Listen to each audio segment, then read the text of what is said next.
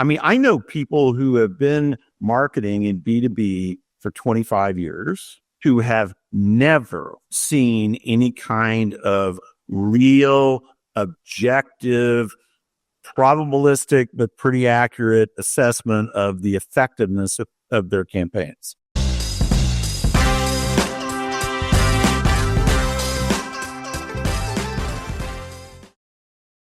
Today, we're having a conversation with Mark Stouse, CEO of Proof Analytics.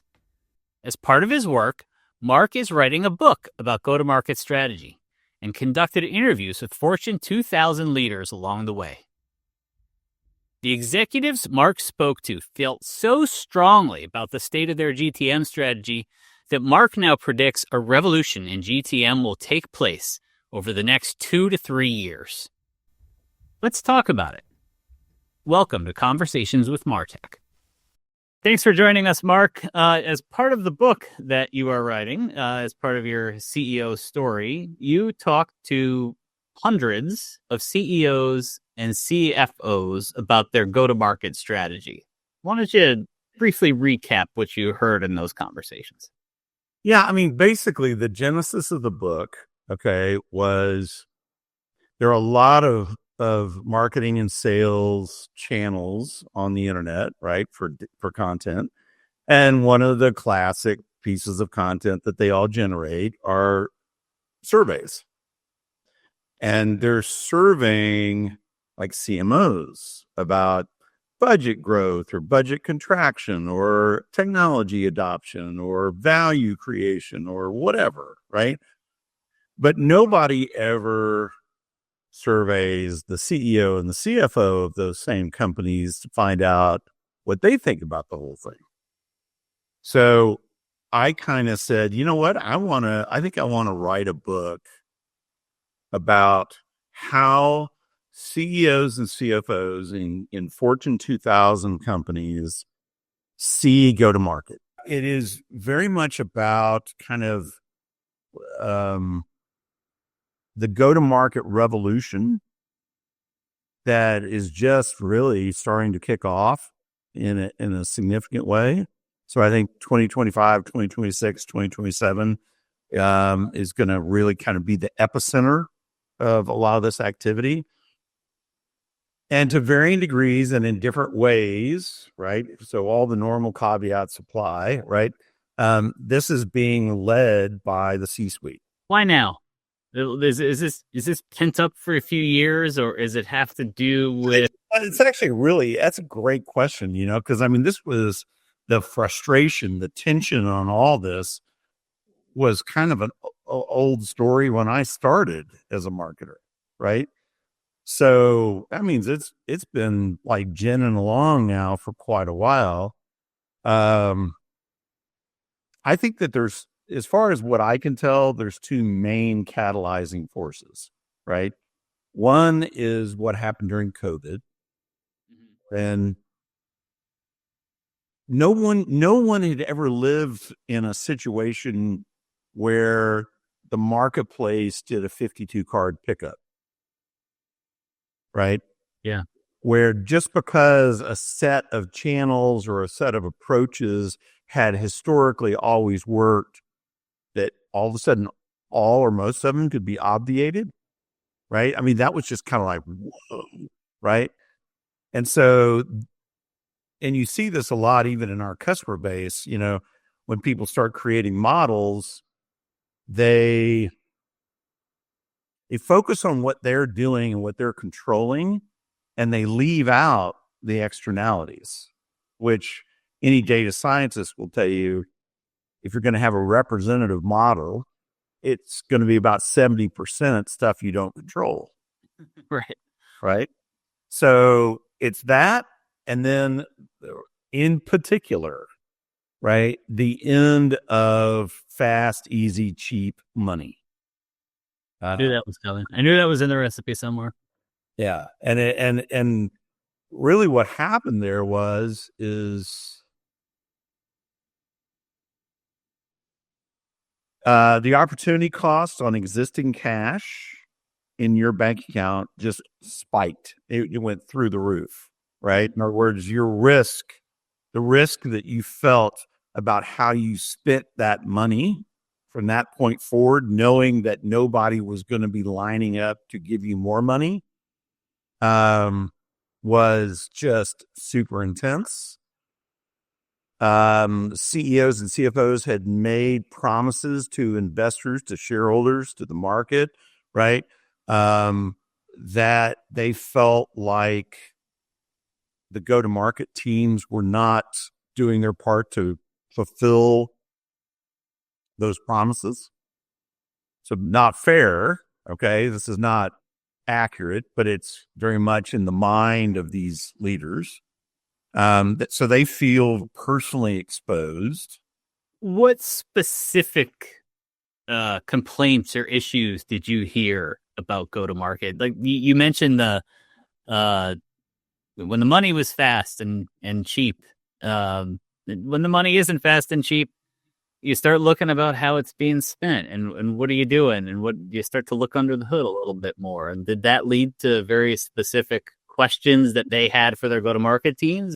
I never heard any of them say, "Oh, I have real concerns about the creativity of my marketing team," or like the way that they do marketing. Never heard anything about, like, are we using the correct sales methodology and all that kind of stuff. What I heard was, I don't have any understanding at all that is reliable about how all these piece parts work and move together, how they synergize or what keeps them from synergizing, how much value am I actually getting for the money that I invest? Is it an investment, which have a whole set of assumptions attached to it, or is it really just an expense?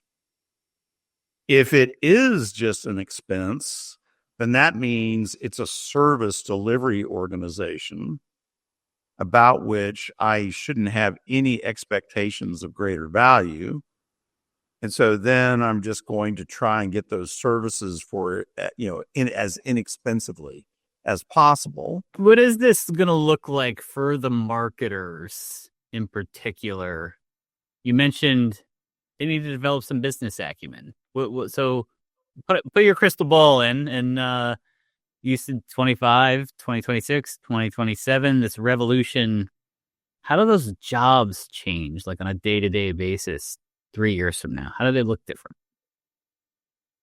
I think that given the dynamism in the environment, and given the fact that experience, in one sense anyway, let's call it accumulated knowledge, maybe that's a better way of putting it, counts for less and less in that kind of highly dynamic, volatile situation.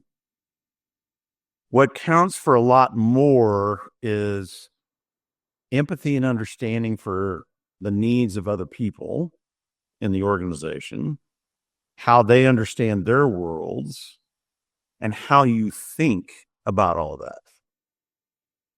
So, like, one of the things that's going to happen here is, and it hasn't been written about much yet, but I think it's going to be huge in the back half of 2025, is AI is bringing unprecedented transparency and governance to everything.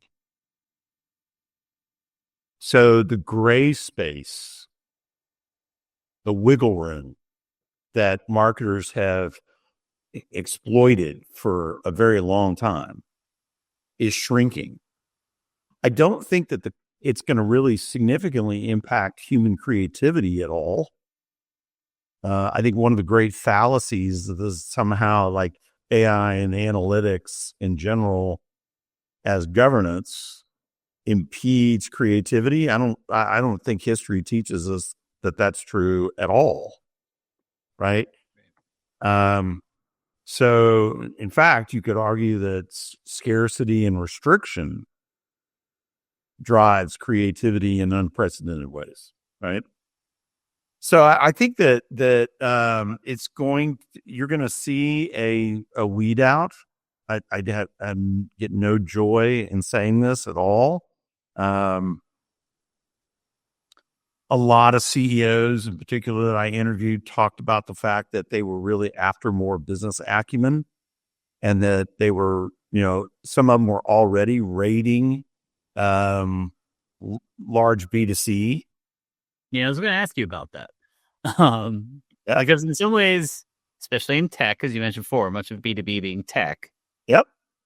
It's sort of marketing in B2B has sort of become this other thing. Like it's a different ball game than the B2C folks have been playing.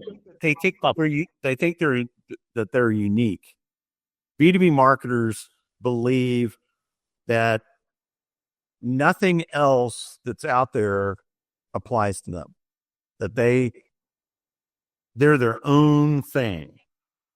And that there's just so much wrong with that perspective. It's not even funny. Did we hold go-to-market teams to an unreasonable standard? Is that what we've?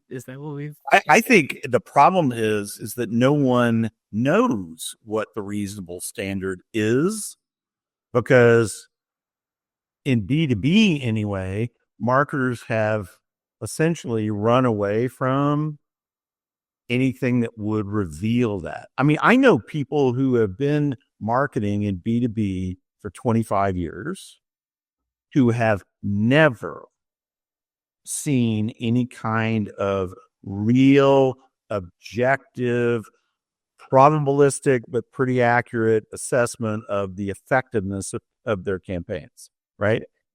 And so, like, a lot of times, they'll be, after the analytics are run and all this kind of stuff, there'll be about 30% or so, 25% of the total go-to-market spend that will be seen as non-performing or significantly underperforming, not effective, right?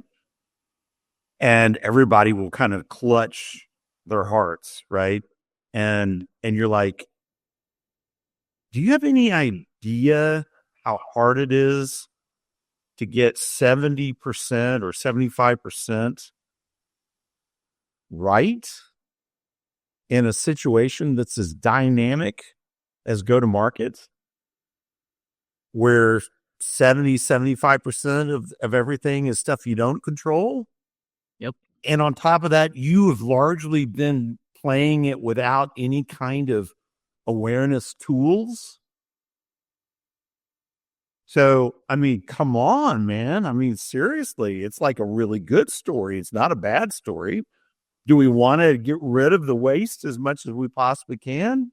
Yeah, sure. Absolutely. But come on. It's very, I think that's really illustrative. All right. Thanks again, Mark. Have a good weekend. You too, man. Thanks.